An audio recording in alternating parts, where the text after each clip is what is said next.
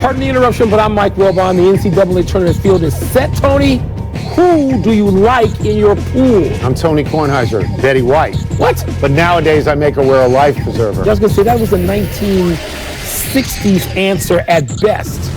That was a great answer. I wear a life preserver also in a pool at this point. We should just mention to our younger viewers, Betty White was a glamorous woman Yes, she was. for a long time. Yes. So people look at Betty White now, they want to make jokes. Betty, come on now. No, she's beauty. Yeah, it was a minute. It was a minute. It's a ways back. It's a ways back.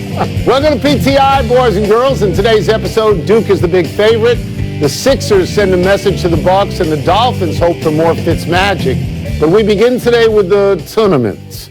The big headline is that three teams from the same conference, the ACC, have been given number one seeds: Duke, Virginia, North Carolina. This is only the second time in history this has happened. In 2009, Louisville, Pittsburgh, and Connecticut, then all in the Big East, they weren't really the Big East, were given number one seeds. Louisville. That year, North Carolina, the other number one seed, won the tournament. Wilbon, are you okay with three teams from the ACC getting number one seeds? I guess so, Tony. I think I concentrated less on that element of the tournament field being announced than I ever have before. One, I don't even understand, like most coaches, and I love the coaches who admit it publicly, I don't even understand what they've done, net, gross, quadrants. I don't get it. I think it's still flawed. You have teams who are ranked in the 30s, like Clemson, I think, and NC State, and they're out. A team like St. John's, 71 in. So it's still subjective. It's always going to be subjective. I'm less angry about that than I used to be, and I suspect you are too. Well, let's make it clear that had Tennessee beaten Auburn, they would have been a number one seed. Right. Had they gone to overtime with them, they would have been a number one seed. They got blowed out by 20, so they lost it. So you ask yourself, who is in play for another number one seed? Right. Gonzaga is not in play because Gonzaga is a Western team. They want geographical representation. They're not in play. North Carolina is in play. I'm looking around.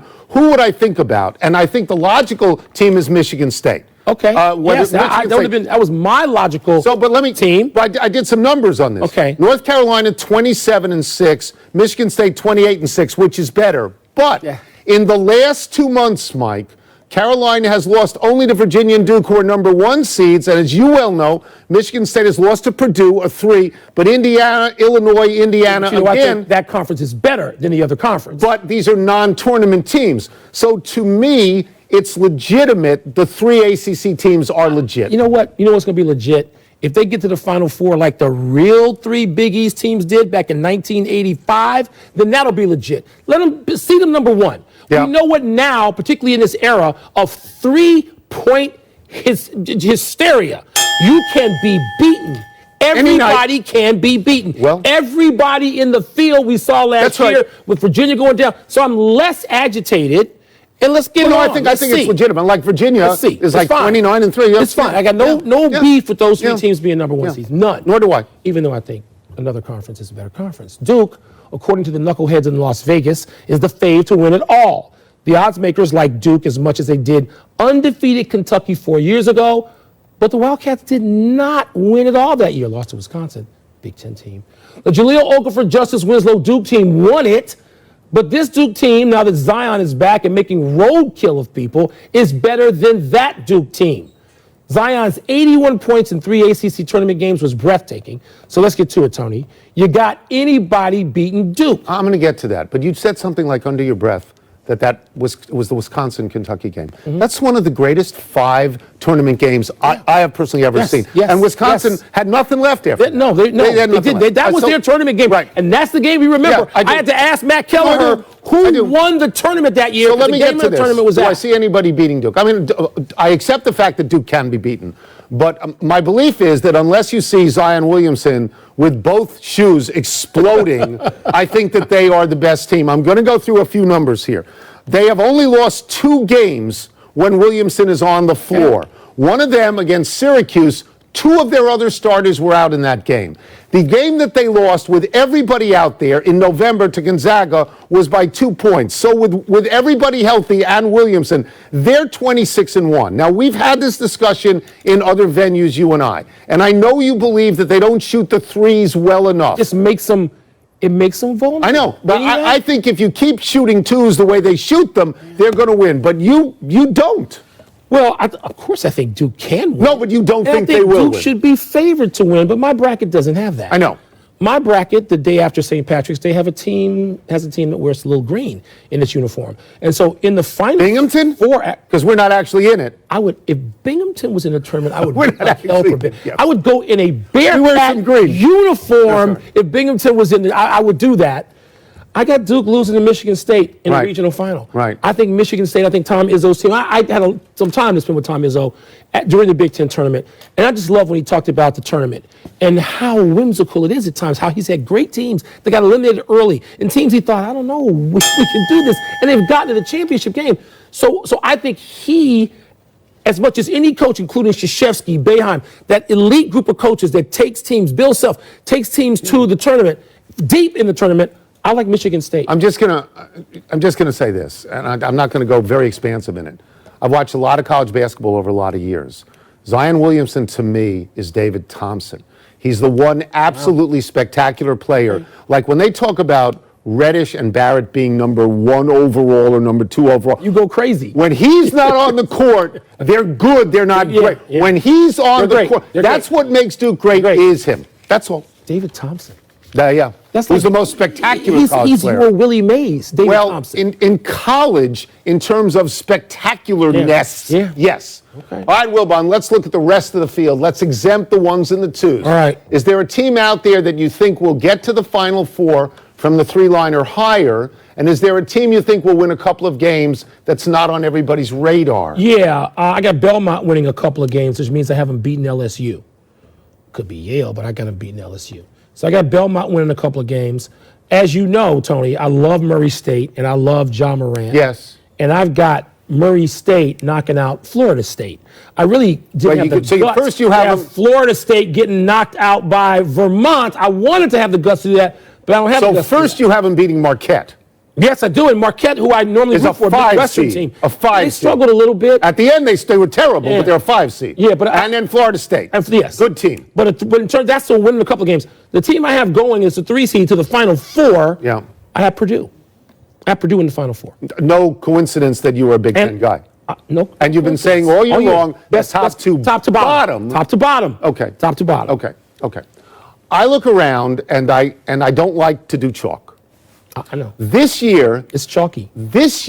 I only think there are 6 teams that can win. Okay. And they're all in the 1s and 2s. I've got Duke, Virginia, North Carolina, Yeah. Kentucky, Michigan State, Michigan. You don't even have Gonzaga. No, and I don't I have do. I got Tennessee. the Zags in the Final I don't. Four. No, I don't. Now, there are games I'd like to see. Every year, the tournament committee puts together a couple of things that are I know interesting. one of them. I would like to Louisville, see. Minnesota. I want to see that because I want to see if Rick Pitino sits on the bench with Richard Pitino no. and taunts He his can't former do that. He players. can't do If Arizona State wins a play-in game, they play Buffalo. So Bobby Hurley could coach against all the players That's that he right. recruited. That's And then right. we have Auburn and Kansas, that possibility that I like to call the wiretap bowl. And I think that would be Very interesting. good. So I have those. There's a game I want to see, which nobody else cares about. I want to see Wofford and Kentucky. It's a second round game. There's some. I think we're over. I don't know about Wofford or Buffalo or Nevada. But I don't you know know. what? When a team wins 30, Cal Irvine. Cal Irvine New with Doc Mexico Rivers' son. I'm State. rooting for You them. know, I don't know. But there's some interesting This, stuff. I'm just saying that for me, a fewer number of teams can win than usual. this is the year. I'm chalky. Yeah, Very chalky. If Purdue is a 3, that's as low as I'm Yeah, going yeah. for getting to the Final Four. We got to talk a little bit, Tony, about the big boys, specifically the Milwaukee Bucks, for whom it's been smooth as glass sailing until Friday. We'll get back to that.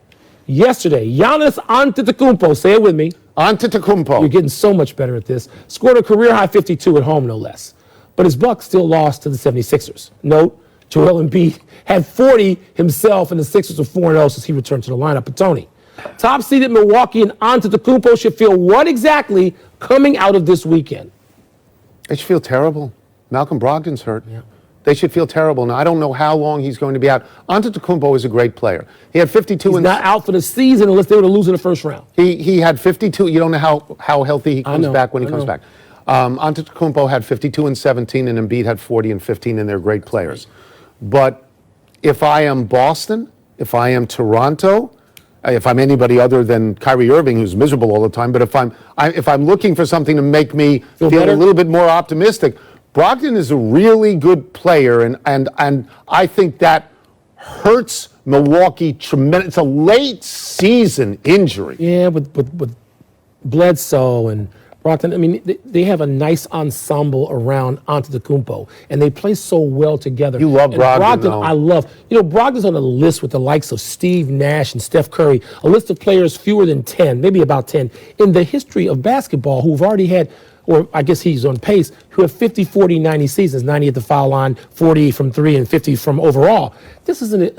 You don't think of Malcolm Brogdon, not yet anyway, as an elite player, but Tony. But he's important to the team. He is so tremendously important to that team. I think he's their second most important player. I'm not sure Philadelphia has everything, all the psychological and physical components to win, but I think that Boston and Toronto can, and if this takes Milwaukee out of play. Right. You sound a little more optimistic than most. About Brogdon. Yes. If we're talking 6 weeks, and that's a possibility, not a crazy one.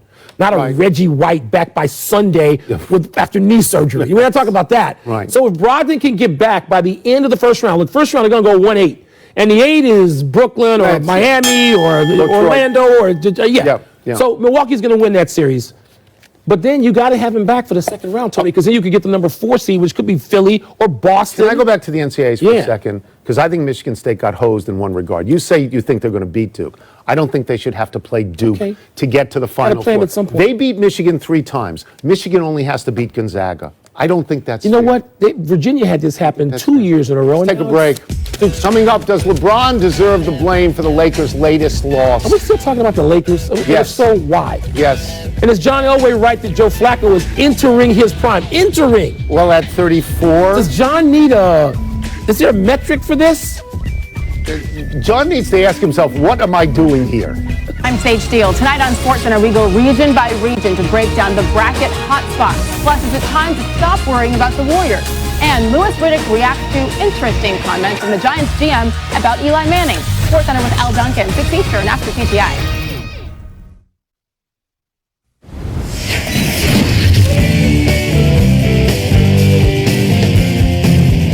Mail time, where you send in ordinary questions and we deliver extraordinary answers. Let me see what is first I think here. your questions are smart.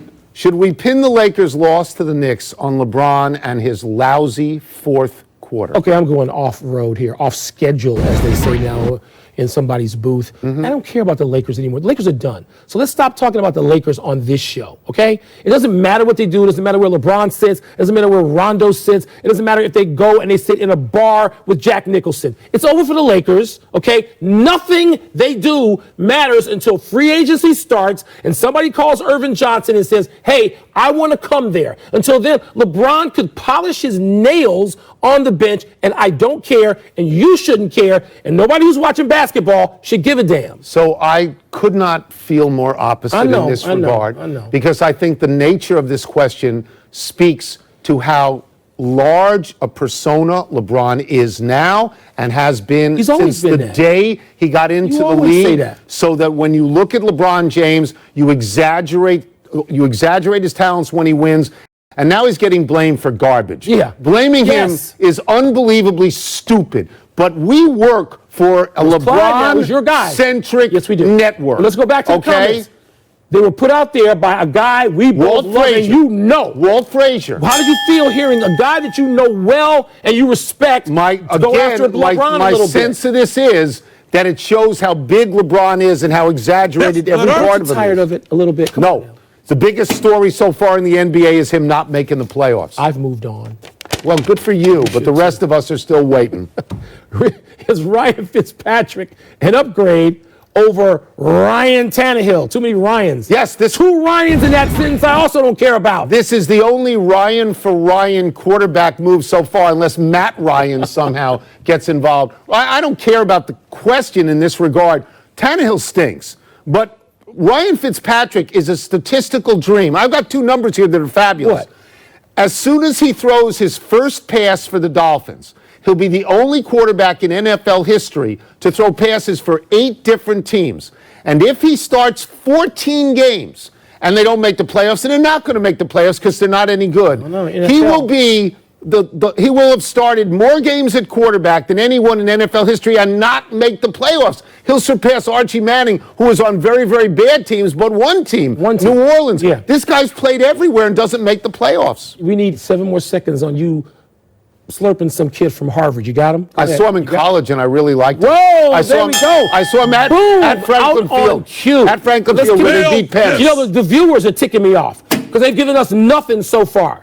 Are you with John Elway that Joe Flacco is just coming into his prime? No, and for this we won't criticize the emailer. We can criticize John Elway. What are you talking about? 34 years old is not just coming into your prime. Even maybe John Elway thinks because he won 2 at 37 and 38 or whatever it was that people are just entering their prime. No, a quarterback's prime now is probably 25. And you're coming into your prime. And so, no, Flacco is years beyond 2 or 3. Now, I think Flacco can have a couple of more, maybe a third good year. And so I'm okay with the acquisition. Me too. No, me too. I think looking at Tom Brady changes everything in everybody's mind and how well he plays at his particular age. Flacco always threw a great deep ball. In Denver, he could maybe throw it 70 yards in the air because of the thin air, and he can do something like that. No, he's not particularly coming into his prime. The larger question here is, John Elway, what do you know about quarterbacks that you seem to have forgotten? Because since Peyton Manning retired, there's a revolving door there with quarterbacks. There's not that many great quarterbacks available. So you may make some errors. You know what? John Elway ain't walking through that door. Not the one with number 7. He's better than all the quarterbacks he's had. All of them combined. Now. Yeah, that's right. That's right. Bigger deal from the TPC, and I know you watched. I did. You weren't playing golf. You weren't watching. I was watching. Some of us real fans were watching. Tiger feeling that he is right on track, or Rory winning? Okay, so this is an absurd question in this regard. It is wonderful that Tiger shot 69 yesterday, his only round in the 60s. That's right. in the Players. It is wonderful that he putted better yesterday than he has putted in a while. Right. And it is fine for him to say he is right on track. But Rory McIlroy won that tournament, and he won it on a Sunday where he has failed recently. Over 7. He birdied 15, he birdied 16, he stuck it on the island on 17, and then he hit driver on 18, which was criticized in the booth. He's the best driver, the best driver on tour is Rory McIlroy, and again he won on Sunday. Let me give you this. It's important that Rory won. Yes, let me give you these. In his last 5 tournaments, here are his finishes: 1, 6, 2, 4, 5. Let me know when Tiger does that. Listen, he's been great this year. I'm glad Rory, if this constitutes being back, as you always put out, not a major, but he's back, then fine. And Tiger, I'm fine with what Tiger did, because the day he's put one in the water, that seems insane. It seemed like a decent enough shot. But let me get to you. He put more than 1 in the water in 17. Well, he put 2 in the water. Let me get to you personally. Yeah. Because for years, I've said, I'm going to sit and I'm going to watch every stroke of this. It's overrated, it's nothing. You're crazy. This is the best field. Every single person is in it. There's no DNP. There's no resting because of back-to-backs. Every year you put down this tournament, and every year you are wrong. It is the hardest golf course. It's harder than a lot of the places the PGA has played, and you trash it. Why? I don't trash it. I don't think it is a major. If they want to make it a major, kick somebody else out. Not a major. And I think that course is a punitive course and not necessarily a fair course. It's punitive. That makes it harder. I think there's a gimmick. You should respect punitive I respect the fact that they win it, but it's not. I'm just saying it's not a major. Stop. Enough email. Stop. Let's take one last break. Still to come, another fresh start in the career of your boy, Johnny Manziel. And the Warriors learn more about the status of DeMarcus Boogie Cousins. He's angry all the time, too. Yeah, but it's fake angry. I like talking. 8th birthday, JT Real Muto. Real Muto is the last of the great Marlins players to be able to escape Jeter Island. Real Muto was an all-star catcher in Miami last year. Now the catcher of the Philadelphia Phillies, who've also added Bryce Harper, Andrew McCutchen, and shortstop Gene Segura. The Marlins have added nobody because to do that would cost money. We almost had melancholy happy trails to Bryce Harper after getting hit in the ankle in '96. Why are you doing that? So the Phillies dodged one there. Why are you doing that? Happy anniversary, Vermont. On this day 14 years ago, the 13th seeded Vermont Catamounts upset the 4th seeded Syracuse Orange in overtime. The big shot was a 3 from about 30 feet by TJ Sorrentine. Vermont is back in the tournament as a 13. Will play number 4 Florida State.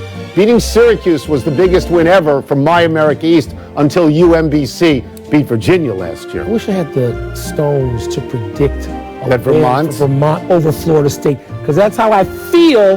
I might go back and erase that bracket area. Happy trails, NC State. The 22-11 Wolfpack are at the epicenter of this year's whining about being the team that was snubbed by the NCAA. In the words of Michael Wilbon, shut up. That's right. You had the worst, softest non-conference schedule of any big-time team in the country, and you were 9-9 in league. So again, One more shut time. up. Shut up. Don't want to hear any whining. Look, I wanted Indiana at the beginning to be in, but they lost didn't too many earn their games. way in. Stop. Quick to the big finish. Let's do it.